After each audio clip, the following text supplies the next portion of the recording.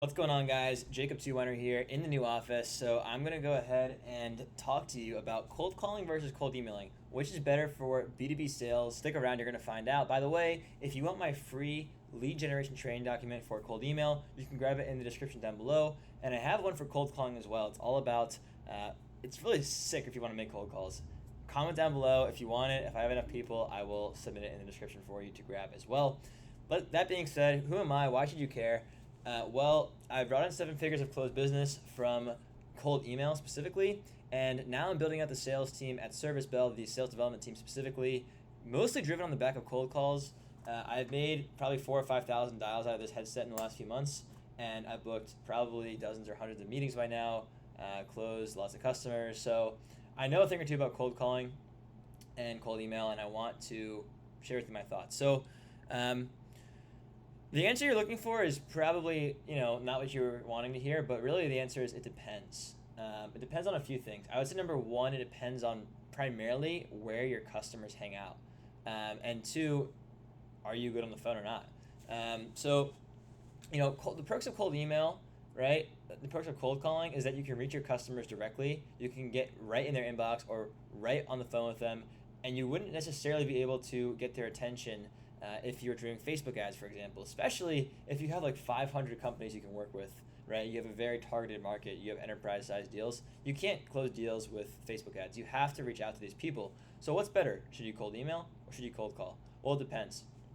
I would say at the end of the day, the first principle you have to get through your head is that there is no best marketing channel. The best marketing channel is where your customers hang out, right? So that means, if your customers are in their inbox, then cold email will work well. And if they don't check their email, they're only on their phone, then phones will work well, right? Especially if you have mobile numbers, which I can teach you how to get in the cold call lead generation training document, right? It's very hard to reach people nowadays with company lines. You have to get their mobile cell phone numbers. Sorry, my computer went to sleep. That's weird. I'm supposed to be recording here, computer. What are you doing? What are you doing? Okay, we're good. So, I'm not gonna cut that out. I don't care. So it's really wherever your customers hang out. So you have to really know your market, right? For example, I do coaching for 7 Figure Agency, which is a group of agency members that are trying to scale to and beyond 7 figures. And one guy I was helping really wanted to do cold email, and his niche that he was going after was auto mechanics. Now, aside from the fact that car mechanics are probably hard to work with when you're selling marketing because they don't understand it, and they're blue collar guys and they're under a car. Nothing wrong with blue collar guys. I grew up in a really small, poor town full of blue collar people, but when it comes to marketing, they're not the best at understanding how this stuff works, and they're not the best customers in my opinion. So, right, and definitely you're not going to reach them via email. They're not checking their email. They're under a car. The only way you're going to reach a mechanic is if you pick up the phone and call them. So we did a cold email campaign. He was hesitant to make cold calls because it was more labor intensive. I told him it's probably not going to work out. Maybe it will, maybe it won't. If it doesn't, we'll try cold calling. So we tried the email campaign. Lo and behold, open rates were quite low. And that's the first thing about email, right? If you want your emails to be opened, if you want your emails to get meetings booked, they have to get opened, right? So when you're diagnosing an email campaign, we'll talk about that later, how to diagnose what's going wrong in an email campaign.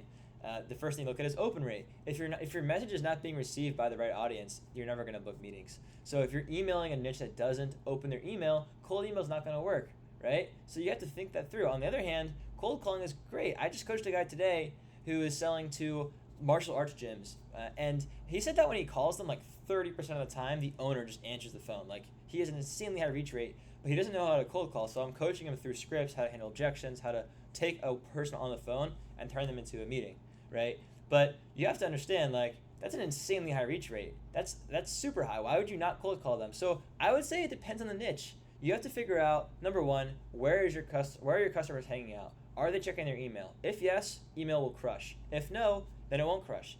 Most people have cell phones. Some people don't like to be called though. For example, IT providers, they hate being cold called. I've cold called IT people, they just hang up the phone instantly. They're not fun to cold call. On the other hand, I cold call salespeople all day, and they love getting cold calls compared to most. In fact, when I open the cold call, I say, 2 reasons for the call. One, I figured as a salesperson, you'd be slightly more open to a cold call than most.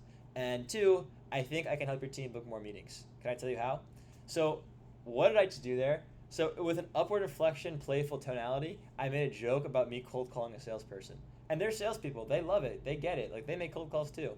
Then with a downward inflection, the second reason is I can help you book more meetings. I'm being affirmative, confident, and I'm talking about something that I know that they want. And then I ask a playful question. I tell you how, and they're like, all right, fine, pitch me. Bam, now you're in.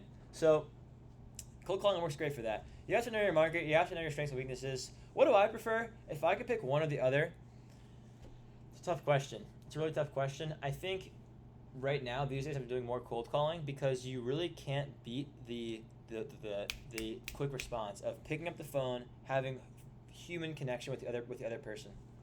There's pros and cons to both. Maybe I'll go through pros and cons of cold email. Assuming, each one would work in your niche, what's better? Well, the pros of cold email are it's more automated, so to speak. Once you know your script and you know how to find leads, you can just send emails to these people, and you'll get meetings coming in on repeat. At X27, I booked $1 million in closed business with just cold email. I barely did any cold calling. So that's one pro, is it's more automated. Second pro is that it doesn't require you to get a ton of raw rejection, so it's like easier on your mental health, to be honest. Like, I think cold calling can be tough on your mental health when you get rejected. When you have the right mindset though, and you go through the stuff that I teach, you actually can embrace cold calling and not be afraid, not get upset when you are told no. But for most people, it's hard to cold call, especially beginners. It can be scary. Shout out to Nooks, by the way, nooks.in. Awesome tool, really fun. It makes cold calling a lot of fun. You should check it out. But cold emailing is, I guess, more efficient in terms of once you've cracked the code, and it's also less. It's a bit easier on your mental health, right? So I would say those are the two pros of cold email. The cons of cold email are it's not as fast as cold calling. There's nothing faster than picking up the phone, calling somebody right now, connecting with them, and then getting them to book a meeting. So that's one of the cons of cold email. Another con of cold email, I mean, this is the same with cold calling and cold email, but it's getting harder and harder to do cold email at scale. You really have to be super targeted and personalized when you do your outreach. It doesn't mean that you can't use outreach sequences. You definitely can, but you have to make sure you target your email leads in a certain way to have the lead list segmented and do very good one-to-one outreach, even when you're doing a sequence. But it's getting harder and harder to send emails at scale. Emails go to spam, that kind of thing. And not everyone checks their inbox. Not everyone checks their inbox. So there's not really a lot of cons to cold email, though. It's cheap, it's fast, it's pretty good. Pros of cold calling, like I said, nothing faster than learning how to pick up the phone and call somebody and get them to take a meeting with you, right? It's just so quick. You get them on the phone, quick response. And by the way, you're going to get a lot of rejection at first. When I started calling for Service Bell, I had no idea what I was talking about. It was my first time in SaaS, and I had to figure it out. But what you realize over time is the market will give you the feedback that you need, both with cold email and cold call. And so when I do consulting, my whole thing with my clients is we're going to learn as we go from the market feedback, and you can listen to what the market is saying and iterate on that and continue generating more and more meetings and improving your campaigns just by getting feedback. If they say no, you say, great, what's making you pass? And they'll give you an objection. And if it's a legit objection, then you can think, okay, wow, that's actually a good point. Like, maybe I should think about that. And you can change your strategy. And if it's a smokescreen objection, it means that you didn't mean they just say, oh yeah, just send me more info. It means you didn't communicate the value prop well. You didn't communicate an interesting value, something of interest to them. And it means you have to change your script. So you can keep doing this, and it's a lot faster over the phone. And I also think cold calling just builds you into the kind of person you need to be a good salesman. You eat what you kill. Not every single salesperson can do outbound. Most people can take inbound leads easily and close them, but outbound, if you're able to take someone you've never met before and cold call them with a headset from a room like this, and then convince them to take a meeting with you, and then convince them to buy from you, you can do anything. You can get jobs, you can always make a living, you'll be good to go. It's people skills. And it builds consistency, discipline, self-confidence, right? Because you have to push through rejection. It teaches you how to do objection handling, how to communicate value succinctly. It's a really awesome skill to learn how to implement. And I found it to be insanely valuable in my sales career, in my life. The values transition to all, they transition all over the place. It's a really valuable skill. Those are some of the pros of cold calling, in my opinion. Some of the cons of cold calling, I just think the main con of cold calling is that it's just harder to take rejection, and certain niches, well, we said that we'll assume the niches are the same. They both will take a cold call or an email. Yeah, I'd say the main con of cold calling is it's just really taxing on your mental health, especially when you have a bad day. Sometimes, like, I did a cold call live stream the other day. Oh, this isn't really focusing. That's weird. Can I make you focus in? I don't know. I might just have to be blurred for the rest of the video. No? How am I? Good? Interesting. That's weird. So, I'll just keep talking. And I'll finish up here.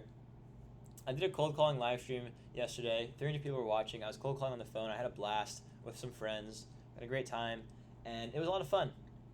But when you're sitting in a room like this and you're like by yourself, especially in this remote world, and you're just calling strangers and you're new to the job and you spend all this time getting ready to go and you make your list and you're like, okay, I'm going to make my first call. Like you've been having all this anxiety. You finally make the call. You rip the dial and what happens? Not interested. Bye. Hang up. Bam. And you're like, no, it's so hard. But if you can get through that, if you can realize that you shouldn't judge any one call, you should look at 100 or 1,000 calls and make your judgment based on your metrics there. That's how you get through the cold calls. That's how you understand your performance overall, and that's how you actually can get in the mindset of cold calling. Go for no, go for rejection, embrace it, keep powering through. If you get the most no's, you get the most yeses. That's true with sales or cold email. So I guess at the end of the day, it's up to you. Cold email or cold call. First, figure out your niche, and really you're going to have one that's better for your niche, whatever. At the end of the day, they're both great tools, and really fundamentally what we're doing is the same. We're communicating a value proposition to someone in our ICP who we think could benefit from that solution, and so we want to help them solve their problem. And that's what sales is all about. I hope that I helped you solve your problem. If you're having cold call anxiety, drop a comment down below. I'll give you some of the motivation that you need. If you have cold email anxiety even, let me know too. I'm looking forward to seeing you in the comments below. I'll talk to you soon. Peace.